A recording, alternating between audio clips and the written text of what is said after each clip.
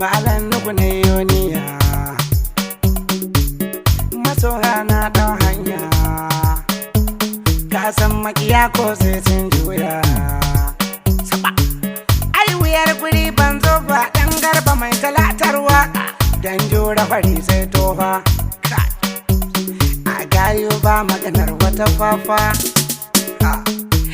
na so ka wuce makaranta. Yau gurin ilimi shine manazarta, da fatan kun gane manufata. Yar yarinya ina sanki, ina sanki, kina sona, rike amana rabin raina. Yan uwana na ba ku labari, dan ni ne wanda ake magana.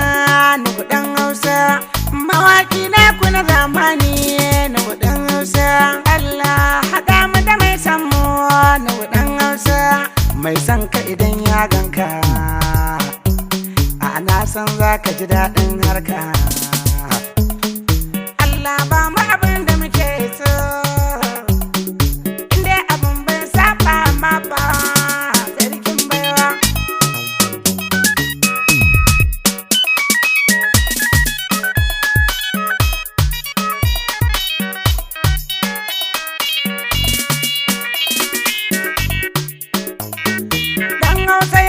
ga mawaka,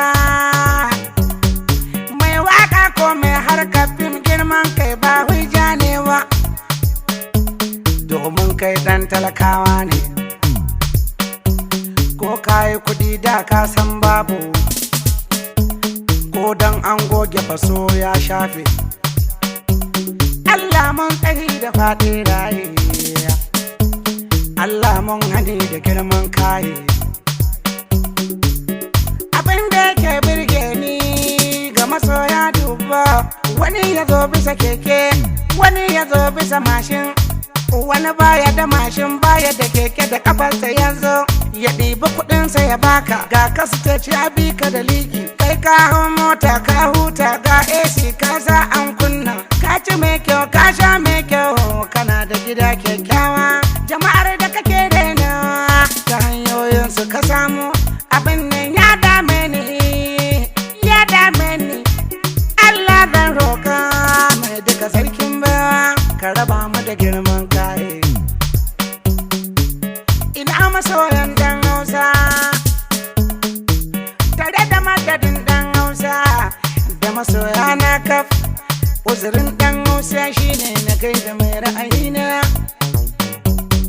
ba kafiya take waka ba, a yau magana mai ma'ana. Huce ɗan Hausa ɗan Garba mai talatar waka, huce ɗan Garba, kai raina ya ɓaci, waƙar ma na tashi.